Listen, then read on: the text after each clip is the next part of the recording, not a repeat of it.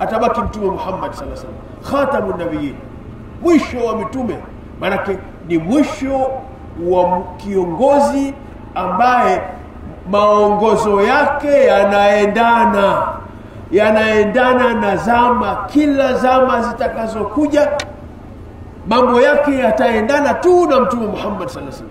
Angalia leo amani inavyozungumzwa, ambayo Mtume Muhammad sallallahu alaihi wasallam kuja kwake amesisitiza na ameiwekea mikakati amani.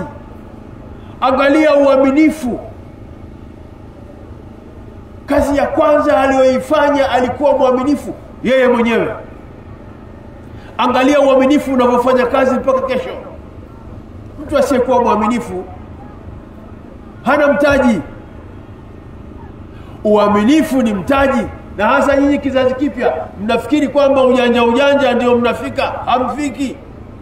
Na kila anayeishi maisha ya ujanja hafiki. Lazima uwe mwaminifu katika jamii. Uaminifu ndio mtaji wako katika kila jambo.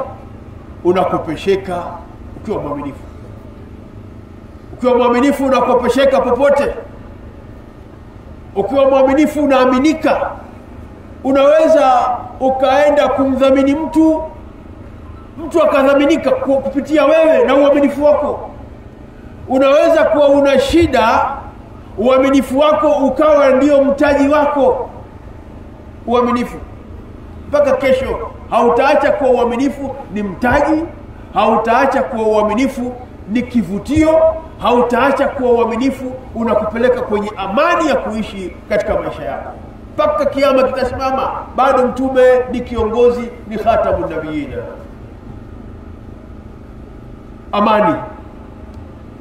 Amani ya familia ndiyo mtaji. Familia isiyokuwa na amani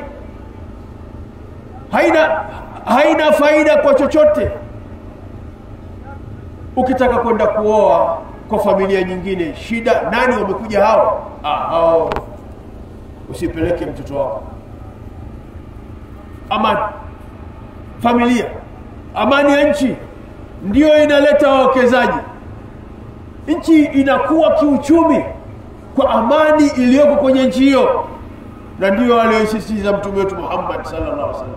Kaja na mfumo wa amani.